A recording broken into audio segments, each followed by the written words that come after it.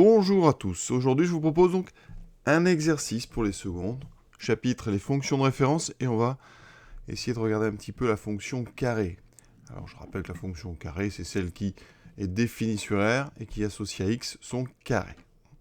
Voilà. L'exercice, je vous donne des encadrements de x, x est entre 5 et 7 par exemple, et vous devez me dire où se situe x carré. Bien sûr, il faudra justifier, et la justification, elle va passer par l'utilisation de la courbe, de la fonction carré, cette fameuse parabole dont je vous ai mis ici la représentation, avec son sommet ici qui est l'origine, symétrique par rapport à l'axe vertical. Pour chacune des 6 questions, donc on fera une petite courbe, une allure, et on l'utilisera pour donner la réponse. Et j'expliquerai bien sûr à chaque fois les aboutissants et les tenants des réponses. La première, donc, on prend des valeurs de x entre 5 et 7. Donc je vais tout de suite faire un graphique. Il faut faire un graphique très simple. Il n'y a pas de détails, donc vous faites comme ça un repère. C'est pas la peine de mettre les négatifs. On sait qu'un carré, c'est toujours supérieur ou égal à 0. Vous avez ici donc l'axe des x. Et sur l'axe vertical, ça sera les y. Donc on y placera les valeurs des carrés. X est entre 5 et 7, donc sans respecter d'échelle. Vous allez placer 5 et 7 à droite. Alors je vais d'abord tracer une parabole. Voilà, on fait ce qu'on peut. Et ensuite, donc, avec une autre couleur, vous placez 5 et 7. Surtout, c'est inutile vraiment de respecter l'échelle. Il y a 0, 5, 7, on voit bien que c'est pas bon, mais c'est vraiment une aide à cette courbe. Ça veut dire que dans l'exercice, x, il est entre 5 et 7. On va se situer donc dans cet intervalle-là. Ensuite, graphiquement, on place rapidement l'image de 5 qui va se situer ici. L'image de 5, c'est 25.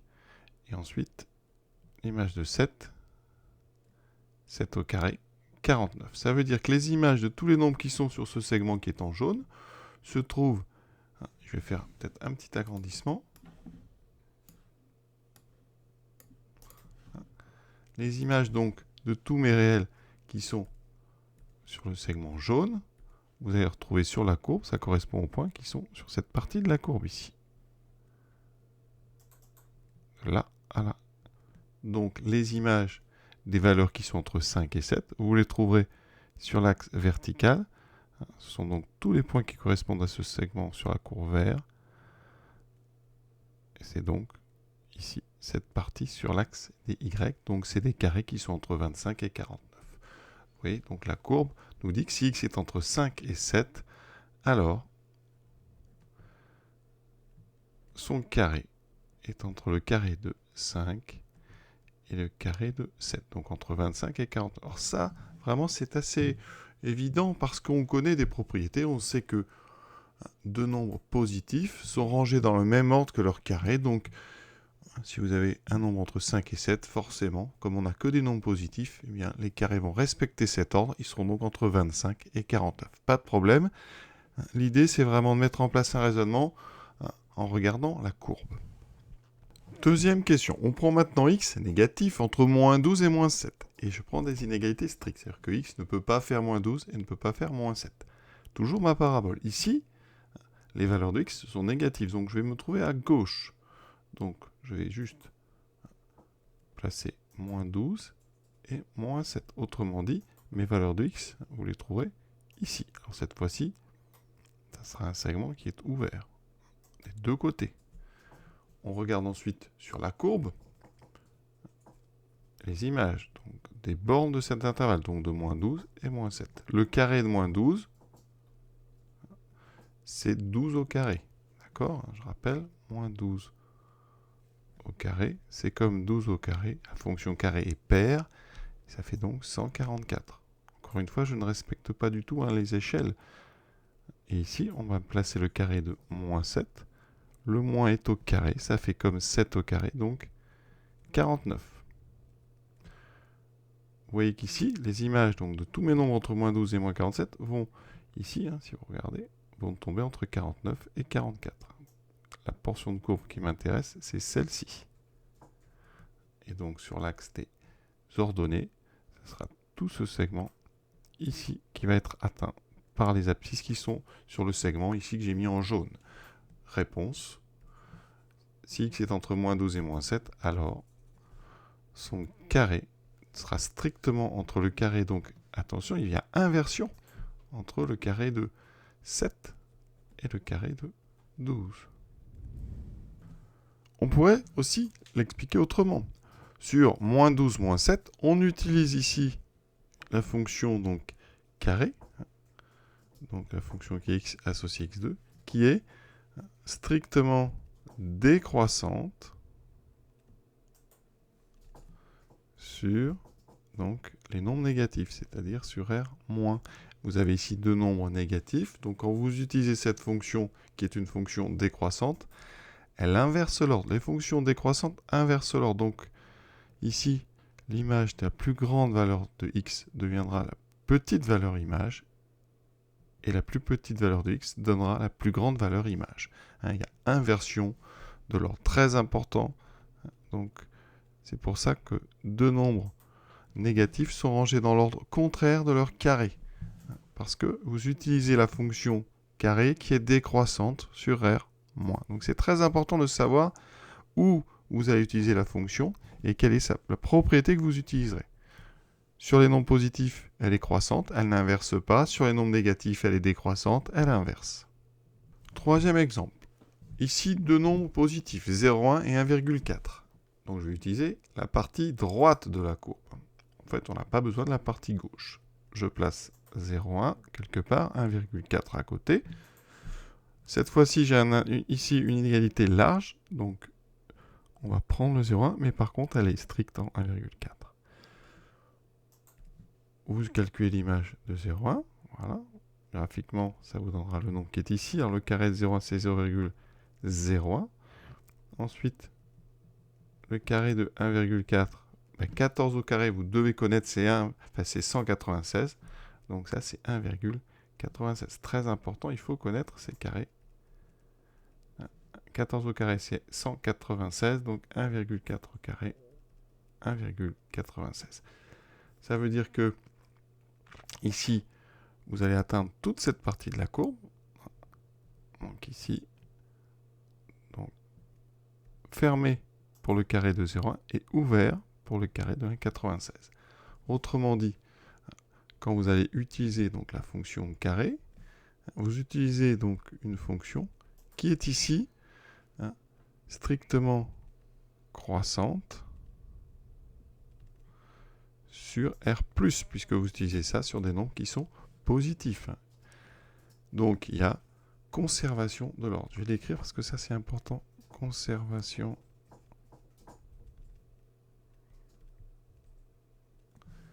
Ça veut dire qu'ici, le carré de 1,4 sera la plus grande image et le carré de 0,1 la plus petite. On va conserver ici les symboles, puisqu'on a de la stricte croissance. Ici, je tiens donc 0,01 et ici 1,96. Et sur le graphique, c'est donc ici tout ce segment qui est atteint sur l'axe vertical, donc de 0,01 à 1,96 avec les crochets dans le bon sens. Quatrième, alors là, plus difficile. Moins 10, donc un nombre négatif, et 6, un nombre positif. Graphiquement, moins 10 va être un peu plus éloigné de l'origine que 6. Donc je vais mettre moins 10 ici, et je vais insister, je vais mettre 6 assez près pour bien montrer ceci. Ensuite, ça veut dire que mes valeurs de x sont sur cet intervalle. Moins 10 n'est pas pris, 6 est pris. Alors là, c'est beaucoup plus dur parce que vous allez utiliser la fonction carré, d'accord? Mais le souci, c'est que vous l'utilisez sur un domaine où ces variations sont mixtes. Ça veut dire que si vous regardez le carré donc de moins 10, effectivement, vous savez que moins 10 au carré, le moins est au carré, donc ça fera 10 au carré, ce qui fait 100. Et vous utiliserez le carré de 6, donc, qui fait 36. Le souci, c'est que la partie de courbe qui nous intéresse, il y a une partie ici qui descend jusqu'à 0 et une partie qui va monter ici jusqu'à 6. Donc, vous ne pouvez pas utiliser les propriétés de conservation ou d'inversion de l'ordre, vous voyez. Pour les crochets, par contre, ça c'est simple. Maintenant, voilà, on va regarder graphiquement quelles sont les ordonnées qu'on atteint par cette partie de la courbe. Vous envoyez vous envoyez tous les points de la courbe sur l'axe vertical et vous allez arriver sur un segment qui part d'en bas, donc qui va partir de 0, qui est atteint, parce que pour x égale 0, on a bien x carré égale 0, donc vous allez avoir tout ce segment ici qui est atteint avec ici 0 inclus et 100 exclu parce que moins 10 n'était pas au départ. Donc vous voyez que c'est très compliqué. Ici, on a le carré de 10 qui va apparaître à droite en strict et le carré de 6 n'apparaît plus parce que vous avez descendu beaucoup plus bas que 36, vous avez été jusqu'à 0. Donc ici, ça fera 0 inclus. Donc vous voyez que c'est vraiment difficile et la courbe, elle est là pour nous aider. Si on veut rentrer dans les détails, on pourrait couper l'encadrement de départ en deux. Ça veut dire tout ce qui est entre moins 10 et 0. Et ici, tout ce qui est entre 0 et 6. Sur le premier intervalle, moins 10 à 0, vous utilisez la fonction carré qui est décroissante. Donc ici, vous allez avoir inversion des images. Autrement dit, 0, x carré, et à droite, donc vous obtiendrez l'image de moins 10 avec ici l'inégalité qui correspond à un symbole strict. Graphiquement, je vais vous montrer rapidement, on est entre moins 10 et 0. On est donc sur toute cette partie-là. Donc, ça veut dire que vos images seront sur toute cette partie ici, d'accord, avec les crochets dans le bon sens. Et donc vos carrés, vous allez les lire ici, entre 0 et 100. Vous avez utilisé ici la fonction qui à x donne x carré, qui est strictement décroissante. D'où l'inversion de l'ordre.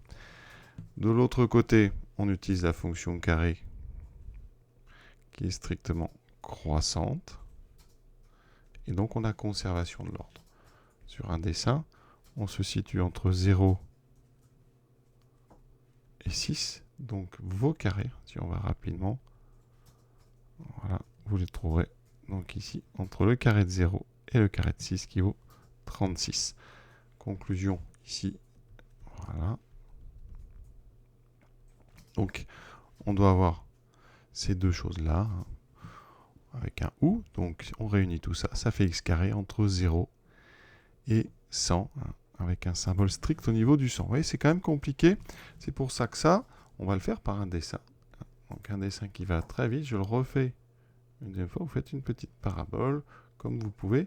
Vous avez ici moins 10, 6, vous le mettez très près. Alors, je vais peut-être garder mon code couleur ici jaune pour les x, voilà. Vous êtes ici, vous calculez l'image de 10, voilà, ça fait donc 100, ici 36, et vous voyez que vous allez vous situer, donc ici, toute cette zone ici, il faut bien comprendre, il faut envoyer toute cette partie verte sur l'axe vertical et vous allez atteindre toute la partie qui est ici. Et là, on est quand même sur des choses compliquées. Donc vraiment, il faut utiliser au maximum les courbes des fonctions pour gérer ce genre de situation. Exemple 5, encore pour vraiment insister sur ces problèmes-là. Donc, on prend x entre moins 0,05 et 0,09. Graphiquement, je place donc en jaune moins 0,05 et 0,09 un peu plus loin. Je vais donc partir de ce segment ici sur l'axe des abscisses. Graphiquement, j'ai donc besoin du carré de 0,05. Alors 0,05 au carré, 5 fois 5, 25. Et vous mettez 4 chiffres après la virgule. Donc voilà. Le carré de 0,9, c'est donc 0,0081. D'accord. Le moins, lui, comme il est dans le carré, là, il n'y a pas de moins dans le deuxième. Ici, on trouve donc 0,00 25. Et là, vous allez trouver 0,0080. La partie de courbe atteinte par ce segment jaune, c'est tout ça. Donc ici, entre le carré de 0,05 et le carré de 0,09. Attention, ici il est ouvert. Et donc quand vous allez envoyer ça sur la courbe, vous serez donc ici supérieur ou égal à 0 et plus petit strictement que 0,0081. D'accord? Et donc ça nous donne un carré qui est donc, attention, supérieur ou égal à 0 et plus petit que le carré de 0,09. Sur un tableau de variation, on peut aussi regarder. Si on regarde les variations de la fonction carré entre moins 0,05 et 0,09, on est sur une partie de courbe qui est comme ceci. D'accord? Avec ici le carré 25 et là 0,0080. Et vous voyez qu'ici, on voit bien que nos carrés, c'est exactement en fait une représentation de la courbe, ça. Vos carrés seront au minimum égaux à 0 et on ira jusqu'à 0,0081. Vous pouvez aussi, vous voyez, raisonner avec un tableau de variation. Dernier exemple, et on va essayer de raisonner avec la courbe et avec le tableau de variation pour préparer les exercices suivants. Donc ici, alors attention, c'est moins 10 au cube, le moins n'est pas au cube. Enfin, de toute façon, ça ne changera rien, mais ici, le moins est en dehors. Donc on a bien un nombre négatif ici, un nombre positif. On a donc bien ce problème parce qu'on est sur une partie de courbe qui descend d'un côté, qui monte de l'autre. Donc première chose, si vous raisonnez avec une petite courbe, vous avez placé donc moins 1000. Je le mets assez loin ici. Et 10 au carré qui fait 100, je le mets plus près. Important. Vous allez donc avoir au départ ici strict. Vous partez donc de ce segment sur l'axe horizontal. Les images, alors, le carré donc de moins 10 au cube. Le moins est au carré, donc il disparaît. J'ai 10 au cube au carré, ça fait 10 puissance 6. Alors, on est sur des très très grands nombres, ça fait 1 million. Voilà. Et le carré de, donc, de 10 au carré, c'est 10 puissance 4, c'est-à-dire 10 000. Ici, on va se trouver à cet endroit. Vous allez donc vous chercher les images de toute cette partie ici de la courbe, toutes les ordonnées de cette partie. Ça vous donnera donc en projetant sur l'axe vertical tout ce segment avec un ici fermé et ici un ouvert. Donc réponse, x carré sera donc supérieur ou égal à 0 et plus petit que 1 million. Alors, vous voyez qu'à chaque fois, quand on a un moins et un plus, le côté gauche, c'est toujours ici 0 inférieur ou égal à x carré. Donc, vous pouvez le retenir si vous voulez. Si on raisonne avec un tableau de variation, ça donne donc x ici, variation de x carré en fonction de x. On est entre moins 1000 et 100. On aura besoin ici du 0. On fait comme ceci. Voilà, cette partie décroissante, partie croissante, le minimum en 0. Et vos images, donc là j'ai 10 puissance 6, et là j'ai 10 puissance 4. Donc vous voyez bien qu'ici, les images, quand on lit ici la deuxième ligne du tableau, on voit bien que x carré est supérieur ou égal à 0, c'est son minimum, et le maximum ici, c'est donc 10 puissance 6. Alors nous, faites attention, on a un symbole strict, donc ici on doit mettre une inégalité stricte. Voilà donc pour ce premier exercice sur la fonction carré. C'est vraiment important de comprendre les phénomènes ici qui sont décrits, même si effectivement c'est un petit peu difficile quand même, parce que vous utilisez une fonction sur une partie où elle est décroissante et après où elle est croissante. Donc il faut bien comprendre comment fonctionnent les courbes ou comment fonctionnent les tableaux. Évidemment, le mieux c'est de savoir faire les deux méthodes. Et donc dans l'exercice suivant, on va insister sur la méthode avec le tableau qui est très bien. Je vous souhaite une bonne fin de journée. À bientôt.